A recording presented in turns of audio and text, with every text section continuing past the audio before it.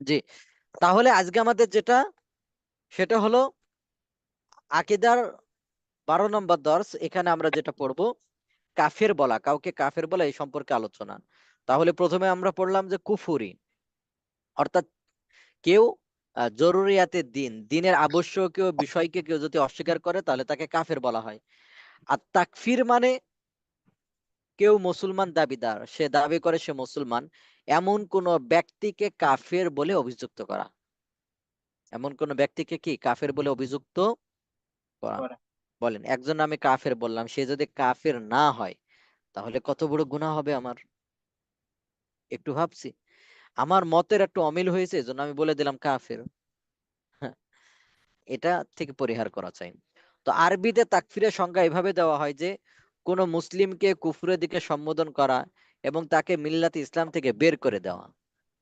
কোন মুসলমানকে কুফরের দিকে সম্বোধন করা এবং তাকে মিল্লাত ইসলাম থেকে কি করে দেওয়া, হ্যাঁ, বের করে দেওয়া। ইসলামে কুফর, কাফের ও কাউকে কাফের বলে ঘোষণা করা অত্যন্ত স্পর্শকাতর একটি বিষয়। সমকালে বিষয়টি জনপরিসরে ব্যাপকভাবে আলোচিত হচ্ছে। ছোটখাটো বিষয় একজন আরেকজনকে কাফের বলা, এ বলা ইত্যাদি, এইগুলো থেকে খুবই সাবধান থাকা চাই। খুবই কি থাকা চাই? সাবধান থাকা চাই।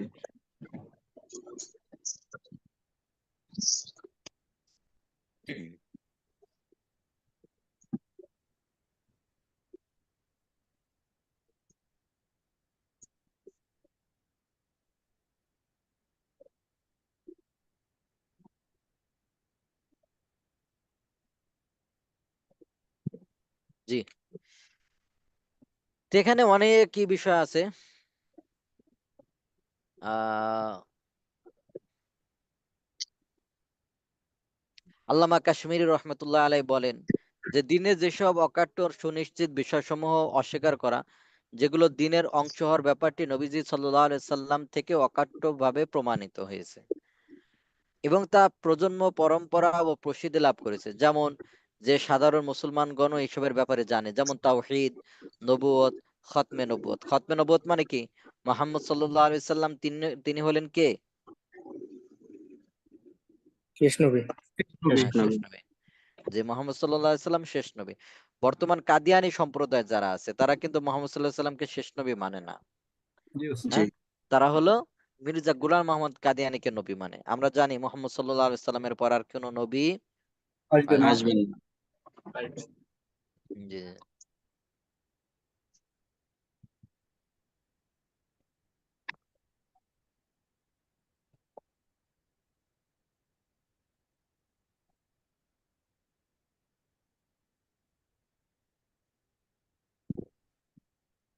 জি। তাহলে এই খতমে নবুয়ত এটা একটা প্রসিদ্ধ একটা বিষয়। এই বিষয়কেও যদি কেউ কি করে, অস্বীকার করে, তাহলে সে কি হয়ে যাবে? কাফের হয়ে যাবে। আসলে হয়ে যাবে। পুনরুত্থান, শাস্তি, প্রতিদান, নামাজ, যাকাত, ওয়াজিব হওয়া, মদ হারাম হওয়া ইত্যাদি বিষয়, হ্যাঁ, ইত্যাদি বিষয় কি হয়ে যাবে, কেউ যদি করে তাহলে সে কাফের হয়ে যাবে। আসলে হয়ে যাবে। এখন কেউ কেউ বলতে পারেন যে উস্তাদ, এই বিষয়টা তো এমনও হইতে পারে সে জানে না যে এটা করলে কি হয়ে যায়, এটা বললে কাফের হয়ে যায়, এটা জানে না, এক্ষেত্রে কি হবে? তো এই ক্ষেত্রে উত্তর হলো যে এমন ব্যাপক, আল্লামা কাশ্মীরি রহমতুল্লাহ আলাই তিনি বলেছেন যে এমন ব্যাপক প্রসিদ্ধির মানদণ্ড হলো সাধারণ মুসলমানের সকল স্তরে এই সংবাদ পৌঁছে যাওয়া। এখন প্রত্যেকে জানতে হবে এমনটা জরুরি না, প্রত্যেকে জানতে হবে এমনটা কি না। জরুরি। বলেন, বলেন মোহাম্মদ সাল্লাল্লাহু আলাইহি সাল্লাম শেষ নবী, তো এটা কি সবাই জানে না? এখন জানি। এখন বলবেন যে উস্তাদ আমাদের গ্রামের একজন সে জানে না, সে হলো, তো এটা না জানলে এটা তার দোষ, এটা না জানলে কি তার দোষ। হ্যাঁ,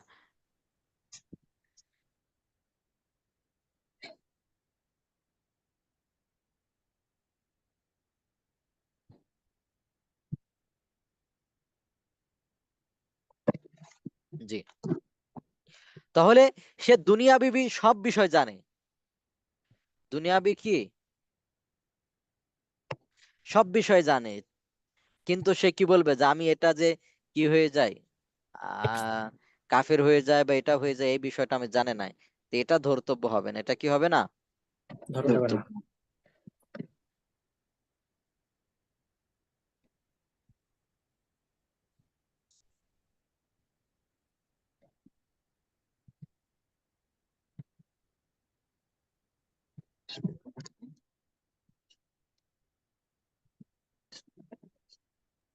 ওস্তাদ সে বিষয়টা জানে না বললে তো দুইটা শাস্তির আওতাভুক্ত হবে।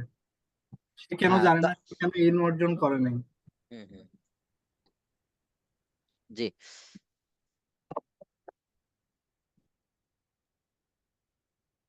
তাহলে এখানে মূল বিষয়গুলো এটা, এগুলো আপনারা পারবেন।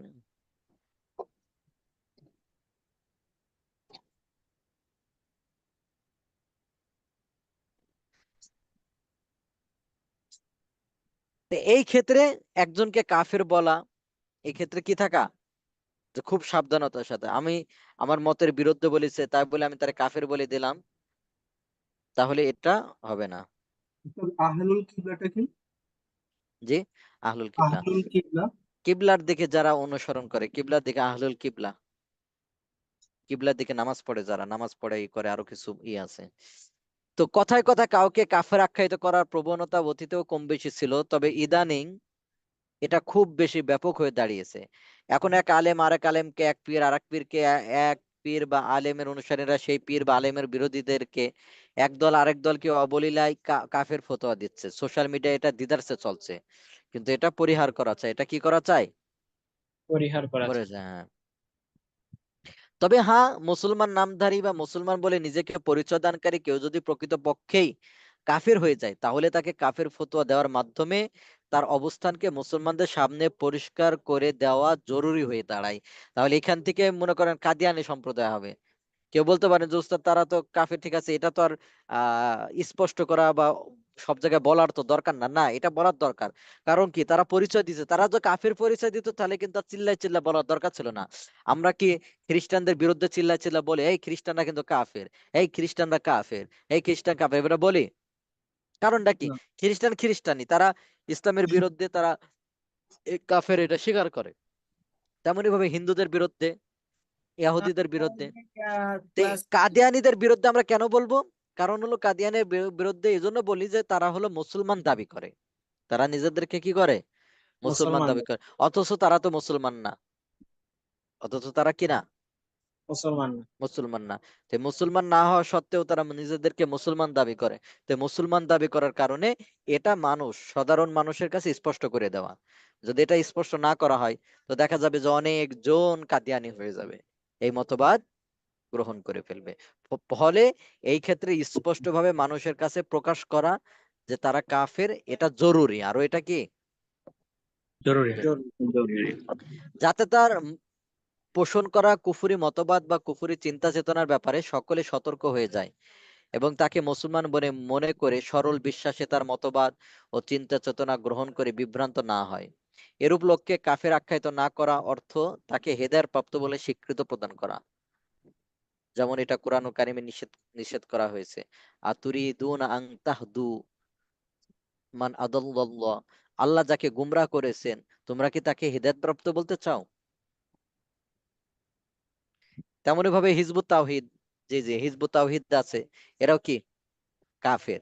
এরা মতবাদের ভিতরে এটা কুফরি মতবাদ আছে, এরাও কি কাফের। তারা এত অস্বীকার করে পুরো। তাহলে দেখা গেল কখনো তাকফির করা কঠিনভাবে নিষিদ্ধ, যে কোনো কারণে কাফের বলা যাবে না, আবার কখনো তাকফির করা জরুরি হয়ে দাঁড়ায়।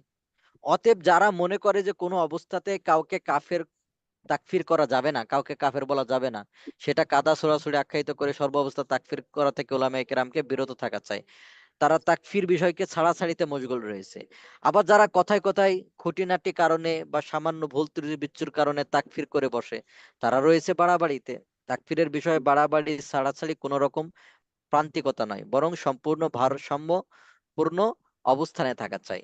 যদি কাফের হয় তাহলে তাদেরকে আমরা কাফের বলবো, যদি কাফের হয় তাহলে তাদেরকে আমরা কি বলবো, কাফের বলবো। হ্যাঁ কাফের বলবো। আর যদি কাফের না হয় তাহলে তো কাফের বলা যাবে না। জি। এখন কথা হলো যে কেউ যদি গুনাহ করে, কোন গুনাহগার মুসলমান, গুনাহগার মুসলমানকে কাফের বলা যাবে কিনা, এক্ষেত্রে কি বলে? তো কোন গুনাহগার মুসলমানকে কাফের বলা জায়েজ হবে না। কোন গুনাহগার মুসলমানকে কাফের বলা কি হবে না? জায়েজ জায়েজ। হবে।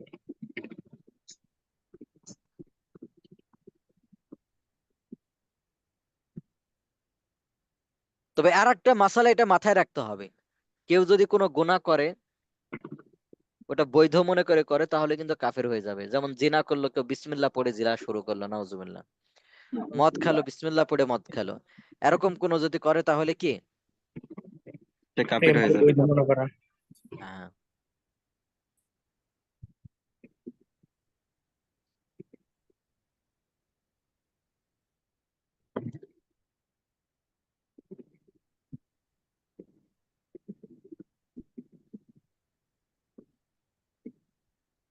জি, এখন প্রশ্ন হলো কোন গুনাহগার মুসলমানকে কি কাফের বলা যাবে?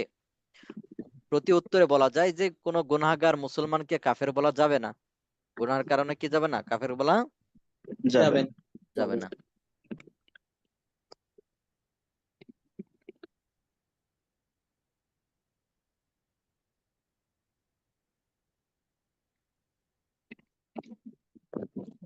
হুম।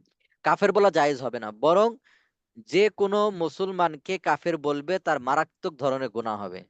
কেউ যদি মুসলমানকে কি করে, কাফের বলে, কাফির বলে।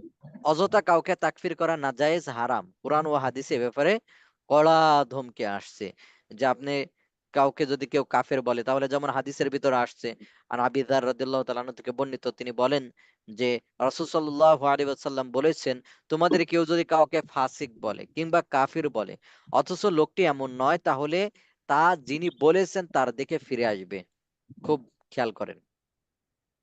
মনে করেন যে একজন ব্যক্তি কি বলল, কাউকে কাফের বলল, কাউকে ফাসিক বলল, দেখবেন অনেক সময় ইয়ারকি করে ডাক দেয়, ডাক দেয় না, এই কাফের শুনে যা, এই ফাসিক শুনে যা।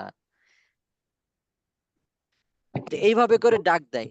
তাহলে কাউকে এভাবে কাফের বলল, কাউকে এভাবে ফাসিক বললো, যে ডাক দিল বা কাফের বলল ফাসিক বলল, সে যদি বাস্তবে কাফের বা ফাসিক না হয়, তাহলে এই ডাকটা কেন যেন কেমন যেন তার দিকেই ফিরে আসলো। এটা হাদিসের বাণী। তার মানে কি, সেই কাফের সেই ফাসিক। বুঝতে পারছেন?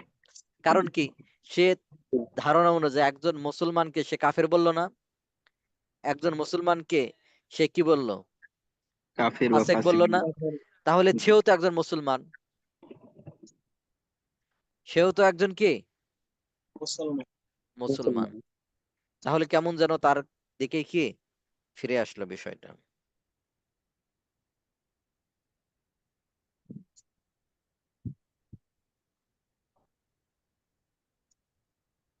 কাউকে ফেরাউন বলে ডাকলে তাহলে কি ধরনের, অনেক গুনাহ হবে।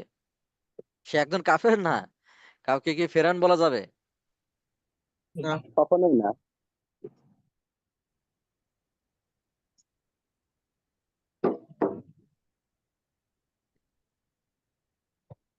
ওস্তাদ, ফেরাউন তো মনে হয় একটা পদবীর নাম। পদবী হোক, পদবী মিশরের ছিল, রাজা কিন্তু এটা ফেরাউন বলতে কাকে বোঝায়? আমরা পদবী বুঝাই, একজন ব্যক্তিকে বোঝায়।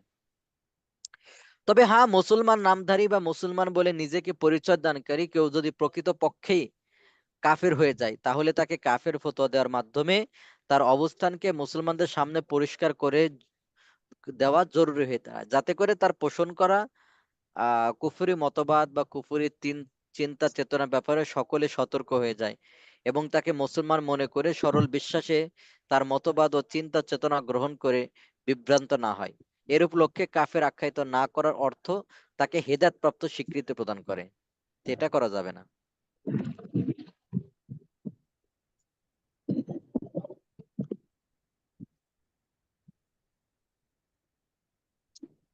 এখন কথা হলো এই মূলনীতি কি হবে?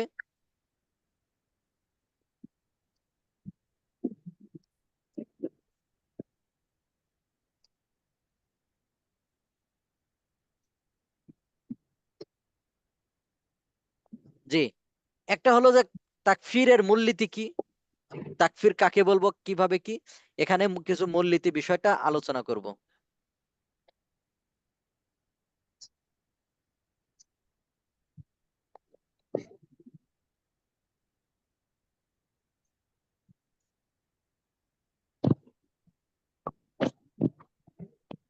তো কেউ কুফরি কাজ করলো বা কাফের হয়ে গেল, বিষয়টা কিন্তু এমন এক না। কেউ কুফরি কাজ করলো আর একটা কাফের হয়ে গেল, বিষয়টা কি না এক না। কুফরি কাজ করা আর কাফের হয়ে যাওয়া এক জিনিস নয়। অনেক সময় এমন হতে পারে যে কেউ কুফরি কাজ করেছে কিন্তু সে এর দরুন কাফের হয়ে যায়নি। কারণ শরিয়াতে এমন কয়েকটি বিষয় আছে যা বিদ্যমান থাকা অবস্থায় কেউ কুফরি কাজ করা সত্ত্বেও কাফের হয় না। কোনো অবস্থায় তাকফির নিষিদ্ধ আর কোনো অবস্থায় জরুরি, এ ব্যাপারে মূলনীতি জানতে হবে। এ ব্যাপারে কি জানতে হবে? মূলনীতি মূলনীতি জানতে জানতে হবে। তো কাউকে কাফের বলে ফতোয়া দিতে হলে অবশ্যই তা সেসব মূলনীতির আলোকে হতে হবে। সেসব মূলনীতি সামনে রাখলে কথায় কথায় যেন তেন কারণে কাউকে কাফের আখ্যায়িত করার বের অবকাশ থেকে বের হয়ে আসে না, অবকাশ বের হয়ে আসে না। কারণ সেসব মূলনীতি জানা থাকলে তার কাছে তাকফিরের বিষয়টা লঘুবোধ হবে না। তাকফিরের বিষয়টা কেবল তার কাছে লঘুবোধ হবে যে যেসব মূলনীতি সম্বন্ধে অজ্ঞ, মূর্খ ইত্যাদি। তো এখান থেকে আমরা বিষয়টা সেখানে পড়বো। এখানে একটা কথা বলা হয়েছে। মনে করেন কেউ একটা কথা বলেছে, কেউ কি বলেছে, কথা বলেছে। কথা বলে সেই কথাটা 99 ভাগ সম্ভাবনা রাখে এটা কুফুরি কথা। 99 ভাগ ব্যাখ্যা, বিশ্লেষণ সম্ভাবনা রাখে কি এটা কুফরি। কুফুরি কুফরি কথা। কথা।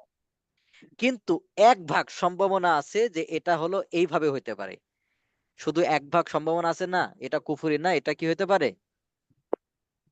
এইভাবে হতে পারে। তাহলে এই কথার কারণে তাকে কাফের বলা যাবে না। এই কথার কারণে তাকে কি বলা যাবে না? কাফের বলা যায়। হুম। এখানে কেউ কেউ বলতে পারেন যে উস্তাদ, কাদিয়ানী সম্প্রদায়, তা আপনি তো বললেন যে 99 ভাগ সম্ভাবনা থাকলে যদি কুফরি হয় আর 1 ভাগ সম্ভাবনা যদি ভালো হয় তাহলে তারে কাফের বলা যাবে না। আর কাদিয়ানের তাহলে কাফের বলেন কেন? কাদিয়ানীদের কাফের বলি হলো তাদের অনেক কথা। এই জায়গায় কি বলা হয়েছে, মনে করেন একজন ব্যক্তি সব ভালো, একজন ব্যক্তি কি সব ভালো, সব শুধু ভালো। একটা কথার কারণে এটা, তখন তাকে কাফের বলা যাবে না। আর কাদিয়ানারি কি তাই? উস্তাদ কাদিয়ানী এমন কিছু বিষয় মানে হ্যাঁ, কাদিয়ানী এমন কিছু বিষয় আপত্তি করে যেগুলো হচ্ছে অকাট্য আর কি। হ্যাঁ, তাহলে ওই বিষয়গুলোর দ্বারা তো ওরা প্রমাণিত তারা কাফের। তাহলে বলবেন যে উস্তাদ তারা নামাজ পড়ে, তারা কাফের বলবেন কেন? এই যে শেষ নবী মোহাম্মদ সাল্লাল্লাহু আলাইহি সাল্লামকে নবী মানে না, মির্জা গোলাম আহমদকে নবী মানে, আরো অনেক বিষয় আছে যেগুলো ব্যাপারে এগুলোর দ্বারা তো স্পষ্ট তারা কাফের। এজন্য একটা ছোট কারণে বলবেন যে এটা কাফের বলা যাবে না, বিষয়টা এমন না। এটা হলো ওই ব্যক্তির ক্ষেত্রে যে এক ব্যক্তি খুব ভালো কাজ করে, সবকিছু করে, শুধু একটা কথার দ্বারা, তখন তখন হলো ওইটাকে আপনি বলতে পারেন।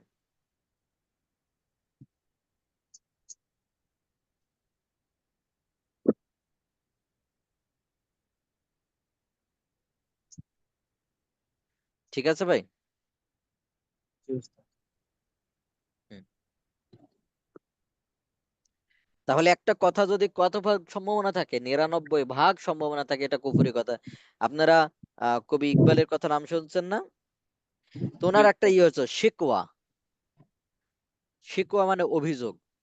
এ সম্পর্কে কবিতা লিখছিল, কবিতারও বিভিন্ন ভাবে লেখালেখি করছিল। তো অনেকে এটা দেখে মনে করছিল তাহলে তিনি কি হয়ে গেছেন, কাফের হয়ে গেছেন, ইত্যাদি ইত্যাদি এরকম কথা। এরপরে তিনি বের করলেন জবাবে শিকওয়া, জবাবে শিকওয়া। তখন সবাই বললো যে না, তিনি কাফের হন নাই, মূলত আগের কথাগুলো এই বিষয়, আরো অনেক বিষয় আছে এরকম আর কি।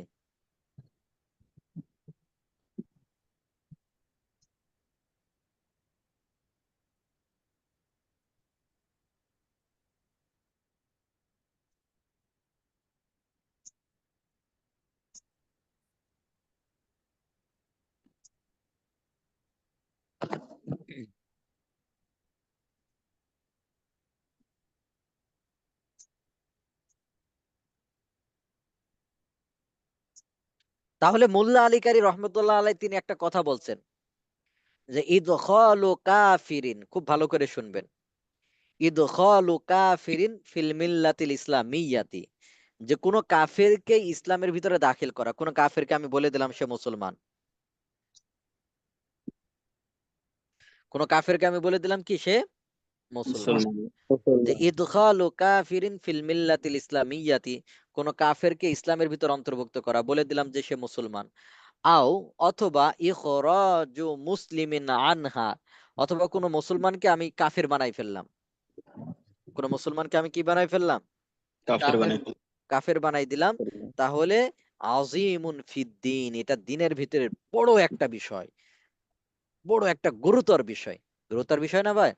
একজন কাফিরকে আমি বললাম সে মুসলমান, সে কাফির, তারে বললাম এই মুসলমান, সে মুসলমান, তাহলে অনেক বড় অপরাধ। কাফিরকে আমি মুসলমান বললাম। আর একটা হলো কোনো মুসলমানকে আমি কি বলে দিলাম? কাফের বলে দিলাম। হ্যাঁ, কোনো মুসলমানকে আমি হ্যাঁ কাফের বলে দিলাম। এটা তো আরো বেশি বড় অপরাধ। তো দুইটাই নিজ নিজ স্থানে অনেক বড় অপরাধ। তাহলে এটা খুবই সাবধানতার সাথে, এটা যেন তেন কারণে কি করা যাবে না, বলা যাবে যাবে না। না। যেমন এখানে একটা উদাহরণ নিয়ে আসা হয়েছে।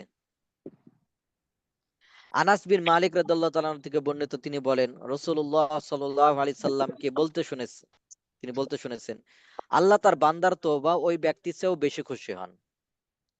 কিছুদিন আগে দেখছেন যে মরুভূমির ভিতরে কয়েকজন ব্যক্তি মারা গেছে, হ্যাঁ?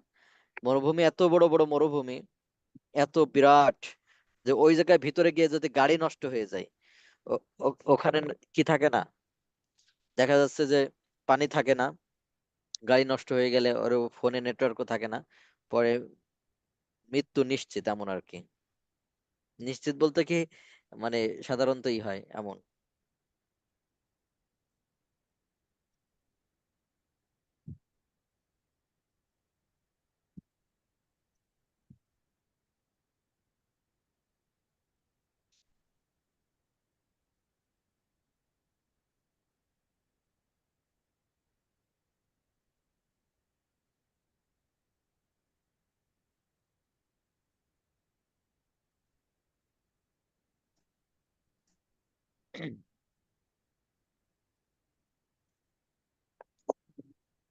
তাহলে এখানে একটা উদাহরণ দেওয়া হয়েছে, যে আল্লাহ রাসূল সাল্লাল্লাহু আলাইহি ওয়াসাল্লাম বলেন যে আল্লাহ তাআলা বান্দার ওই ব্যক্তির চেয়েও বেশি তোবা, মানে খুশি হন তোবা করলে। যেমন কে মরুভূমিতে তার বাহন হারিয়ে ফেলে। তাহলে মরুভূমি মানে এমন একটা জিনিস, মনে করেন তো এখানে বাহন বললাম যে বিশাল বড় বড় মরুভূমি, এর ভিতরে যদি গাড়ি নষ্ট হয়ে যায়, বাস আপনি মনে করেন এদিক থেকে লাগাতার 10 দিন 15 দিন হাঁটবেন, তাও কি পাবেন না, লোকালয় পাবেন না, এত বড়। তা আপনি এত তো হাঁটতেও পারবেন না, না খেয়ে হাঁটতে পারবেন? দেখছে 1-2 দিন হাঁটে পরে পড়ে থাকবেন, বালু, উত্তপ্ত বালু। তো উত্তপ্ত বালু,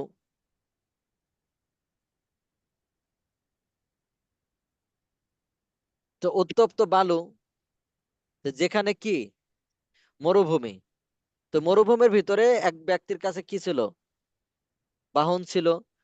ওই বাহনে খাবার ছিল, পানি ছিল, সব ছিল।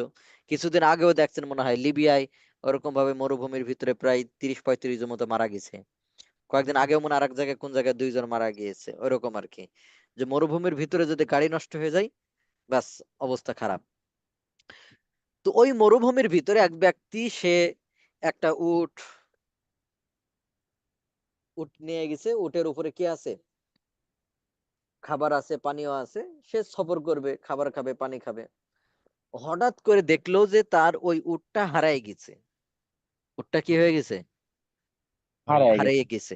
বলেন হারিয়ে গেলে তাহলে ওই মরুভূমির ভিতর যদি উট হারিয়ে যায় কেমন লাগবে? জি ভাই? ইট ফিলস আনডান, মানে কিছুই হ্যাঁ, নাই। কেমন কষ্ট, নিশ- কেমন কষ্ট নিশ- পাবে, যে যে এবার নিশ্চিত মৃত্যু, নিশ্চিত জি। মৃত্যু। মৃত্যু। কিছুদিন আগে মনে হয় গত বছরে ওই যে 40 জন মতো এরকম একটা মরুভূমির ভিতরে ইয়ে হয়ে যায়, গাড়ি নষ্ট হয়ে যায়।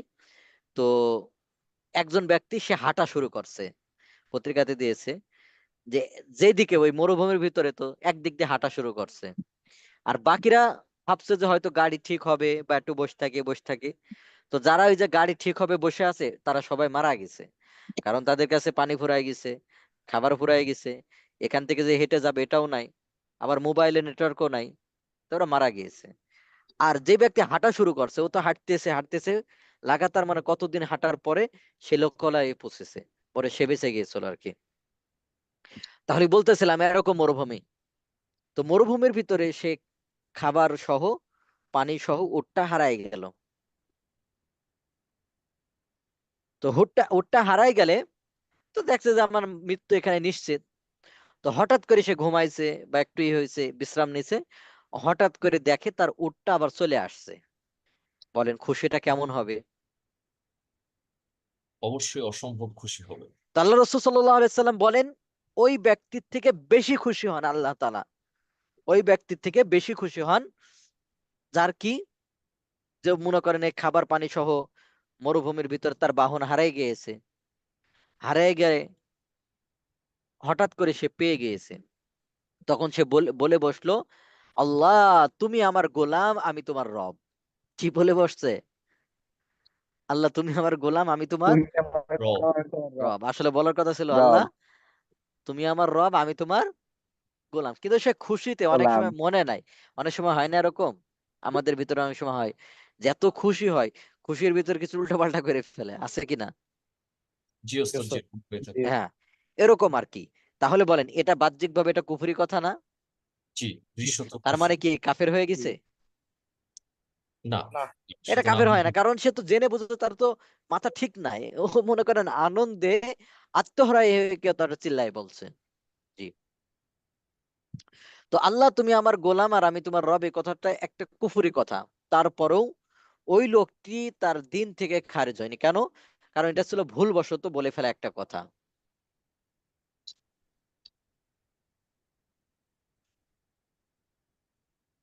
আর ইসলামে এ ধরনের কুফুরকে বলা হয় কুফ আল আখত, ভুলবশত কৃত কুফুর। কেউ হয়তো তীব্র শোক বা প্রচুর খুশিতে বা ক্রোধে থাকাকালে এ ধরনের কথা বলে ফেলতে পারে। ওই মুহূর্তগুলোতে এমন কথা বলার কারণে ওই ব্যক্তি তার দিন থেকে বহিষ্কৃত হয়েছে, এমনটি বলা যাবে না। তাহলে প্রতিবন্ধকতা কি কি আসতে পারে, কি কি কারণে কাউকে কাফের বলা যাবে না, বিষয়টা কেমন কি?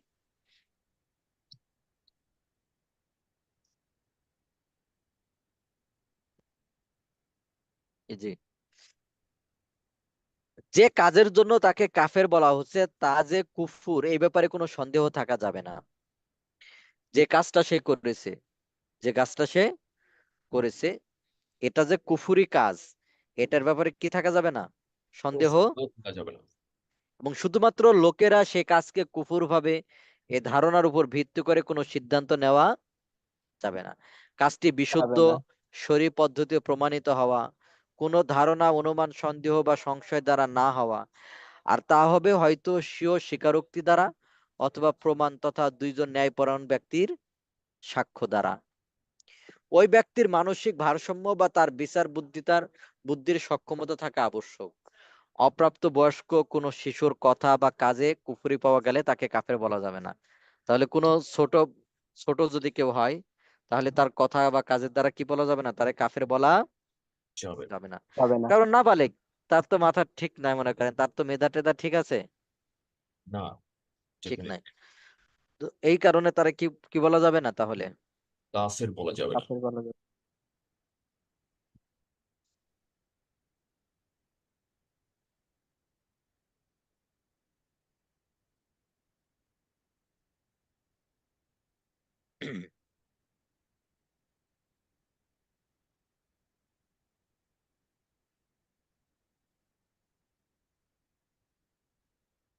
তাহলে প্রথম নম্বর কথা হলো যে সেটা যে কি, সেটা যে কুফর, সেটা হ্যাঁ কুফর হ্যাঁ, হওয়া এটা যে কুফুরি, এই ব্যাপারে কি থাকতে হবে? স্পষ্ট প্রমাণ থাকতে হবে এবং সাক্ষী হ্যাঁ থাকতে হবে। হ্যাঁ,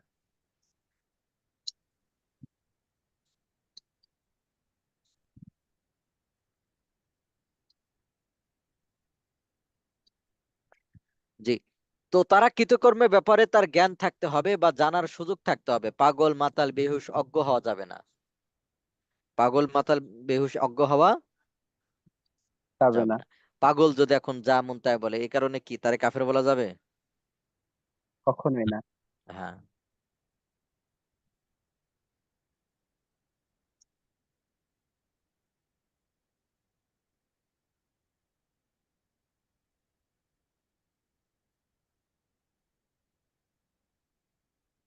জি।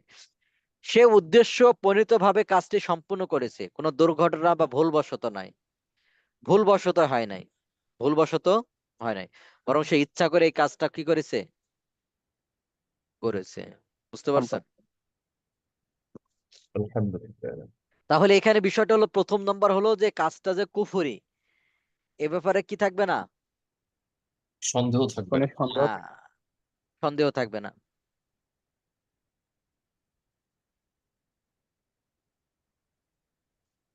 একশো পার্সেন্ট হতে হবে যেটা কুফরি কথা, এটা এটা কুফরি কাজ, এটার ব্যাপারে কোনো সন্দেহ থাকা যাবে না। দুই নম্বর হলো যে কোনো মানসিক ভারসাম্য বা বিচার বুদ্ধি সক্ষমতায় থাকা আবশ্যক, অর্থাৎ প্রাপ্তবয়স্ক হতে হবে। কি হতে হবে তারে?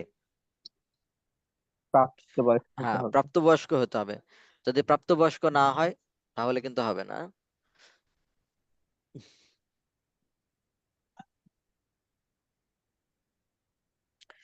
তিন নম্বর বললাম যে তার জ্ঞান থাকতে হবে। তার কি থাকতে হবে? জ্ঞান থাকতে হবে। হ্যাঁ।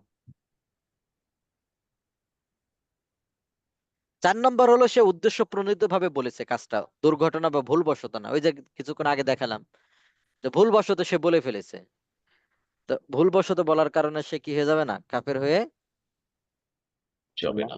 যাবে না ভাই।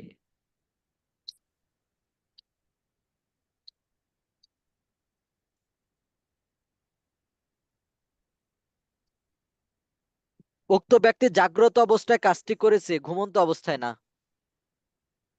ঘুমন্ত অবস্থায় করলে কি তার কোনো ই হবে?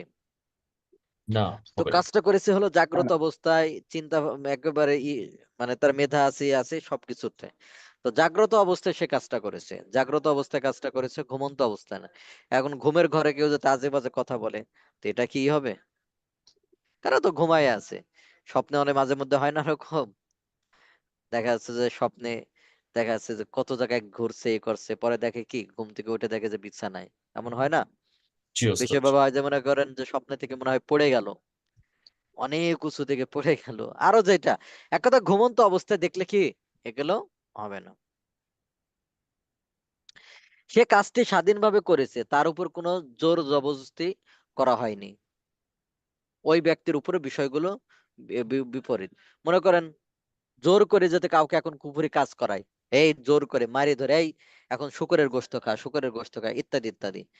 তো জোর করে যদি কারোর করায় সেটা ভিন্ন। কারণটা কি? সে তো আহ নিজের জান বাঁচানোর জন্য এই কাজটা করবে, নিজের জান বাঁচানোর জন্য এই কাজটা কি করবে। করবে। এর দ্বারা কাফের বলা যাবে না। যাবে না। হ্যাঁ। ওই ব্যক্তির কাছে তার কাজের এমন কোনো গ্রহণযোগ্য ব্যাখ্যা বা তাবিল নাই যা কুফরি কাজকে যথার্থ বলে সাব্যস্ত করে। এটা কেমন? মনে করেন যে কোরআনের একটা আয়াত, তো এটার হলো ব্যাখ্যা দুই রকমই হতে পারে। ব্যাখ্যা কয় রকম হতে পারে? দুই রকমই হতে পারে। তো ওই ব্যাখ্যার কারণেও তাকে কি বলা যাবে না? কাফের বলা যাবে না। অর্থাৎ তার নিকটে গ্রহণযোগ্য নিয়োগ কি নাই?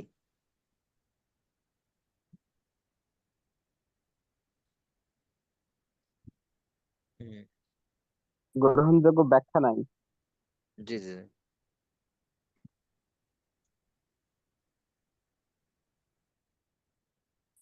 তো যদি এরকম গ্রহণযোগ্য নিয়োগ ব্যাখ্যা থাকে তাহলে ওই কারণে তারা কি বলা যাবে না? কাফের বলা যাবে না। জি। হ্যাঁ। কারণ কাফের কারা? বর্তমানে তো বর্তমান যদি আপনারা ধরেন হিজবুত তাওহীদ, তারা কাফের। তেমনি ভাবে কাদিয়ানী সম্প্রদায়, এরা কি কাফের। স্পষ্ট কাফের। কাফের। হ্যাঁ, এরকম আছে আর কি। শিয়া সম্প্রদায়, শিয়াদের ভিতর অনেকগুলো গ্রুপ আছে, শিয়া সম্প্রদায়ের ভিতর অনেকগুলো গ্রুপ আছে। তো শিয়া সম্প্রদায় বেশিরভাগই ওরা কি কাফের। কাফের। ঢালাও ভাবে বলা যাবে না, তো অনেকগুলো গ্রুপ আছে তাদের।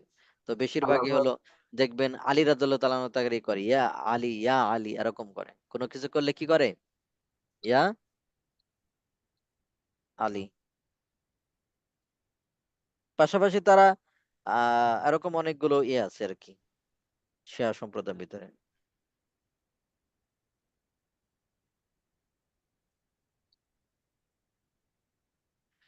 তো নবীজি সাল্লাল্লাহু আলাইহি ওয়াসাল্লাম তাকফিরি কারা, কাফির কাদেরকে কাফির বলবো আমরা? তো নবীজি সাল্লাল্লাহু আলাইহি ওয়াসাল্লামের বিদায়ের পর মুসলিম উম্মাহ সর্বপ্রথম যে ভয়ঙ্কর ফিতনার সম্মুখীন হয় তা হলো তাকফিরি ফিতনা। এই ফিতনার জন্য সর্বপ্রথম যেটা হয় সেটা হলো কারা? সেই উম্মাহকে বিভ্রান্ত নামে হলো খারেজি গোষ্ঠী, যারা আলী রাদিয়াল্লাহু আনহুর জামানায় তারা আলাদাভাবে একটা দল গঠন করে, খারেজি বলা হয়। এটা বিস্তারিত সামনে কোনোদিন সময় হলে পরবর্তীতে আমরা পড়বো।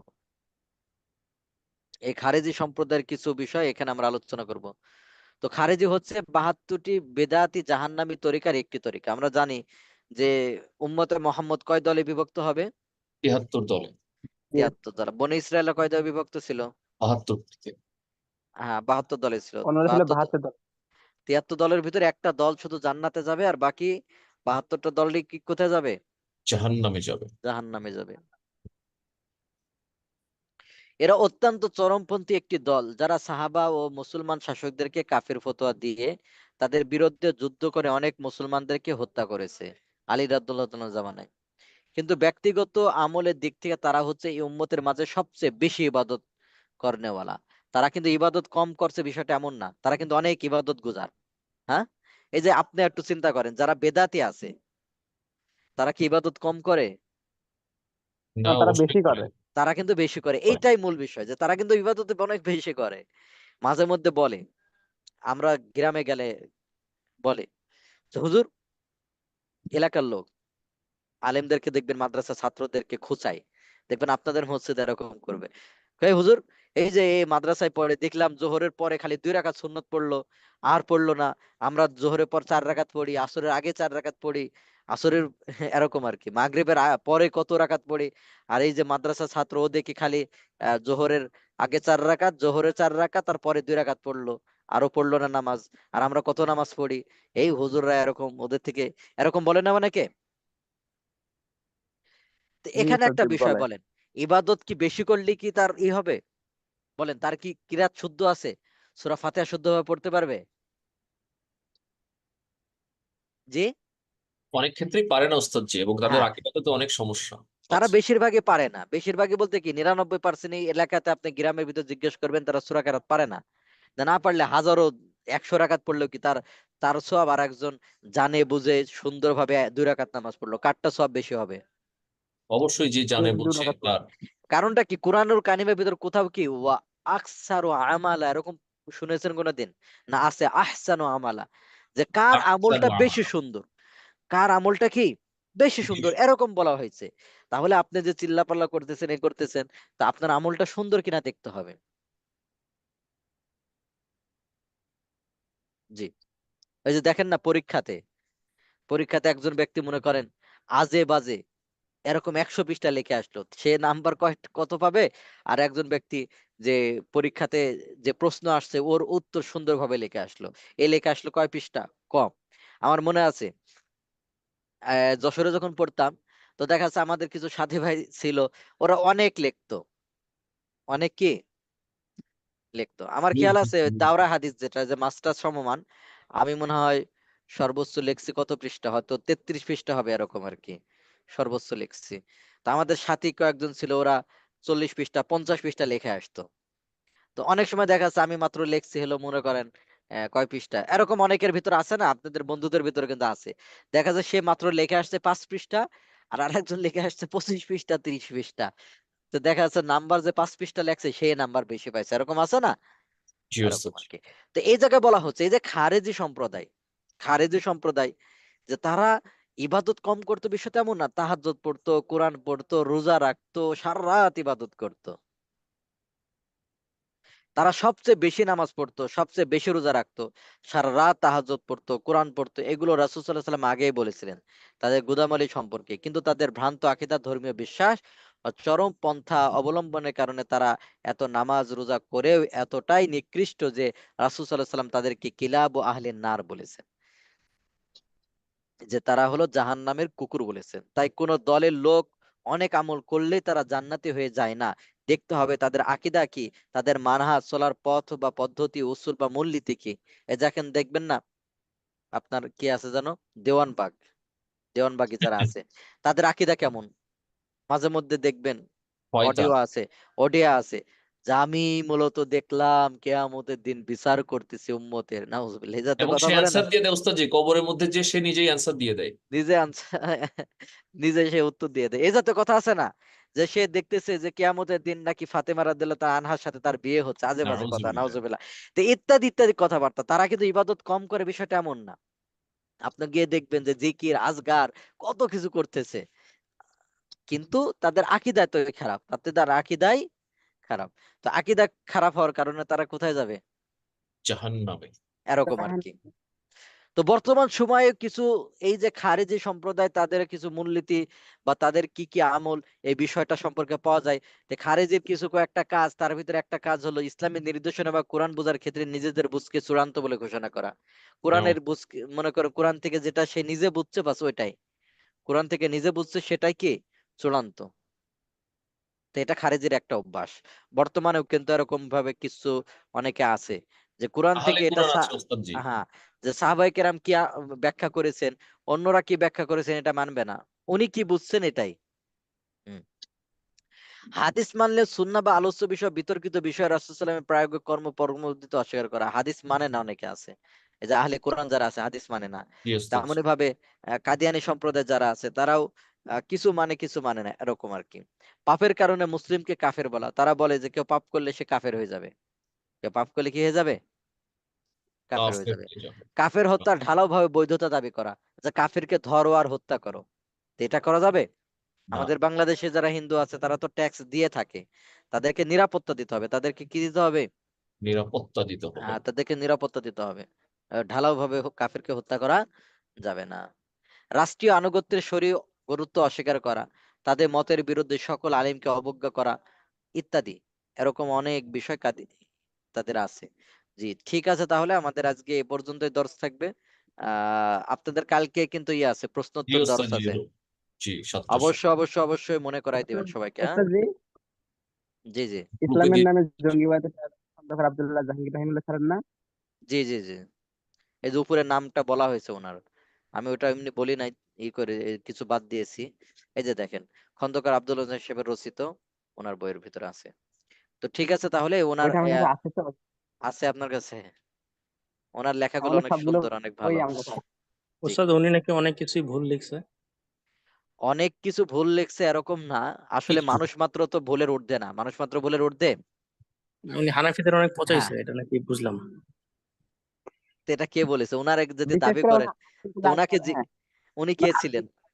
ওই যে হানাফি এক ফিকের একটা পেজ আছে, ওই পেজের ওখানে বলছে মাসিক আর কাউসার, ওরাও বলছে। না, মাসিক আল কাউসার থেকে বিস্তারিত ভাবে বলেন আব্দুল্লাহ, মানে মুফতি আব্দুল যাক, ওই মালেক বিষয়টা আলাদা, শোনেন, যে অল্প করে মারা লিখছেন। গিয়েছে, ইন্তেকাল করেছেন, তার ব্যাপারে আমরা জি। বেশি না বলি, কিন্তু ওনার যে খেদমত, মানুষ মাত্র কিছু ভুল ত্রুটি এটা সবারই আছে, বুঝতে পারছেন। সেই হিসাবে হয়তো তো ওনার কিছু বুঝ, ওনার কিছু এই বিষয়টা থাকতে পারে, কিন্তু ওনার যে খেদমত এটা অনেক প্রশংসনীয়, বুঝতে পারছেন। এজন্য উনি ইন্তেকাল করেছেন, ওনার বিষয় এখন খুঁটাই খুঁটাই করা দরকার আছে, না বলেন। ওনার সম্পর্কে কিছু বলি না, বাট হ্যাঁ, এক মানে 2 নম্বর হলো তো ওনার যে মাসলা মাসাইল গুলো দিতেন, উনি যেহেতু দীর্ঘদিন কোথায় ছিলেন, সৌদি আরবে ছিলেন, তো দেখা যাচ্ছে যে কিছু মাসলা মাসাইল অন্য ফিকের উপরে দিয়েছেন, এজন্য তো ওনার বিরুদ্ধে এগুলো বলা যাবে না। উনি একজন বড় আলেম ছিলেন এবং অনেক জ্ঞানী ব্যক্তি ছিলেন। তো কিছু বুঝ হয়তো, কিছু মাসলা মাসাইল ক্ষেত্রে হয়তো ইখতিলাফ অন্যজনের সাথে আছে, সেটা আসলে ঠিক কিনা হয়তো এটা আরো আলোচনা সাপেক্ষে বিষয়, কিন্তু এজন্য কিছু বিষয় এভাবে ঢালাও ভাবে কাউকে কি করা যাবে না, কিছু বলা যাবে না, ওনার অনেক খেদমত আছে। হুম।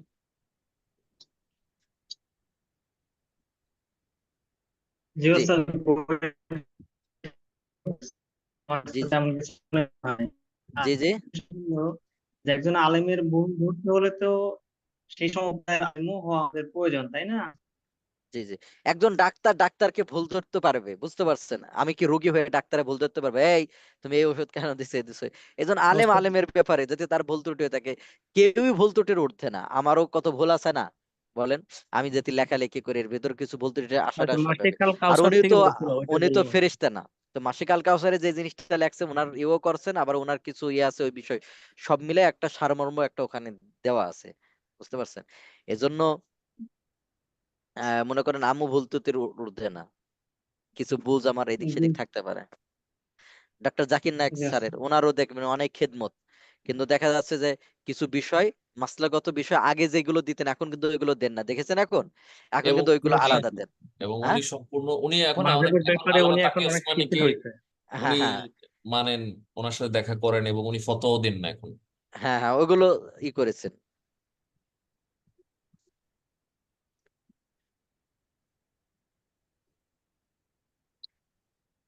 সিয়ার ভাই ক্লাসের ঢুকছে, এত মিনিট লেট হয়েছে, আমার একটা অ্যাটেন্ডেন্স হয়ে যাবে, সমস্যা নাই। যে আর কারো কোনো প্রশ্ন আছে? স্যার ইস- আপনার নেটওয়ার্কের প্রবলেম, আপনি একবার হাতেই তো বলছেন হযরত আলী রাদিয়াল্লাহু তাআলা শহীদ হয়েছেন না? জি জি জি, এই বিষয়গুলো আমরা সামনে আরো স্টেপ বাই স্টেপ আরো আলোচনা হবে। হ্যাঁ, এগুলো ইতিহাস নিয়ে আমাদের সামনে আলোচনা হবে। আসসালামু আলাইকুম। আহলে কোরআনরা কাফের, জি জি, আহলে কোরআনরা কাফের। স্পষ্ট ওয়ালাইকুম সালাম রহমতুল্লাহ, জি জি। ছোট্ট একটা প্রশ্ন ছিল আমার একটু, যে এই একটা এক শ্রেণীর মানুষ আছে যারা আপনার নামাজের ভিতরে যখন ইকামতে হাইয়া আলাস সালাহ বলা হয়, সরি, আশহাদু আন্না মুহাম্মাদার রাসূলুল্লাহ বলা হয়, তখন ওনারা বসার থেকে দাঁড়ায় আর কি। আবার মেলাদের ভিতরে দুরূদ শরীফে যখন ওই যে ইয়া নবী সালামু আলাইকা এই শব্দটা বলে তখন ওনারা দাঁড়ায় আর কি, দাঁড়ায় মিলা শেষ করে। এনাদের পিছনে নামাজ পড়া বা এনারা আসলে কোন মানে কোন তরিকা হতেন আর কি? মূল বিষয়টা হলো বেদাত দুই প্রকার। বেদাত দুই প্রকার, কিছু বেদাত আছে যেটা কাফের হয়ে যায়। ভাই আওয়াজ সবাই যদি এভাবে আনমিউট করে রাখেন, বলেন আমি ই করব কিভাবে? হ্যাঁ, কিছু বেদাত আছে যেটা করার কারণে কাফের হয়ে যায়। তো এরকম বেদাতি যদি হয় তাহলে তার পিছনে নামাজ পড়া জায়েজ হবে না। আর যদি কিছু বেদাত আছে যেটা বেদাত গুনাহ কিন্তু কাফের না, তার পিছনে জায়েজ আছে। এখন কথা হলো এই যে দাঁড়ানো, এটাকে কিয়াম বলা হয়। তো কেউ যদি কিয়াম করে তাহলে এটা বেদাত, এটা গুনাহ হবে। কিন্তু এই কিয়ামটা যদি এমন হয় যে রাসূল সাল্লাল্লাহু আলাইহি ওয়াসাল্লাম হাজির নাজির ভাবে করে, তাহলে কিন্তু সে কাফের হয়ে যাবে। এখন দেখতে হবে যে তারা যে কিয়াম করে এটা হাজির নাজির হিসাবে করে না কি হিসাবে করে। ওই আলেমকে একবার জিজ্ঞেস করবেন, যদি বলেন যে হাজির নাজির হিসাবে করে তাহলে তার পিছনে আর নামাজ পড়বেন না। আর যদি বলেন না আমরা এমনি করি, তাহলে নামাজ পড়বেন, নামাজ পড়া জায়েজ আছে। এরকম অনেক বেদাত আছে আর কি। আমার দেখা মতে আসসালামু আলাইকুম। ওয়ালাইকুম সালাম ওয়া রাহমাতুল্লাহ, জি ভাই। জি, ওস্তাদ, কিছু মানুষ দেখলাম হচ্ছে নামাজের মধ্যে যখন হচ্ছে ওই যে হযরত মুহাম্মদ সাল্লাল্লাহু আলাইহি ওয়াসাল্লামের নাম নেওয়া হয়, যেমন আশহাদু আন্না মুহাম্মাদুর রাসূলুল্লাহ, তখন ওই যে চোখে আপনার হচ্ছে এটাও বেদাত। যেমন হ্যাঁ, এটা বেদাত, কাফের হবে না, বাকি এটা বেদাত। এটা করা যাবে না, তারে নিষেধ করে দিবেন। রাসূল সাল্লাল্লাহু আলাইহি ওয়াসাল্লাম নাম নিলে দরুদ পাঠ করতে হবে। আজকে এক হুজুর বলেছেন যারা মাজারের সাথে থাকে তারা বেশি ইবাদত করেন। খালিদ সম্প্রদায় সম্পর্কে কথা শুনে মনে পড়লো, জি জি। আমাদের কি তাগুত নিয়ে ক্লাস হবে? এমনি মাঝে মধ্যে আলোচনা হবে। ট্যাক্স ও জিজিয়া কি এক? ট্যাক্স তো মুসলমানদের দেয়, এটা সামনে আলোচনা হবে।